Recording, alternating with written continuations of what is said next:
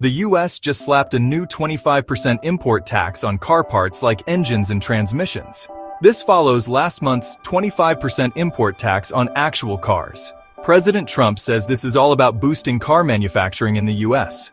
But what does it mean for you? Well, it could mean higher prices. General Motors, for example, is looking at a whopping $5 billion in new costs this year, including $2 billion for cars made in South Korea and shipped to the US. They're predicting car prices to go up by about 1%. Stellantis, on the other hand, has thrown in the towel on giving any financial guidance for the year due to all this uncertainty. Interestingly, the fear of rising prices has already caused a spike in car sales in April for companies like GM and Ford. Now, there are some exemptions to these tariffs. Parts from Mexico and Canada that comply with existing free trade agreements are off the hook.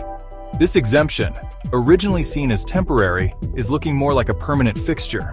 Also, cars imported from Canada and Mexico with a certain amount of US-made content get a pass.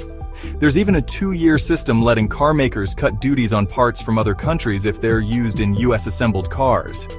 Some companies are thinking about upping their US production.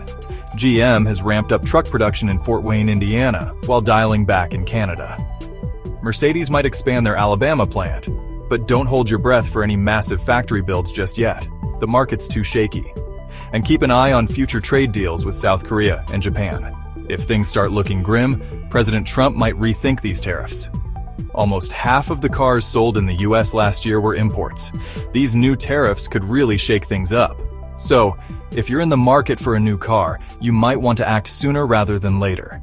If you found this video helpful, hit the like and subscribe button. See you later.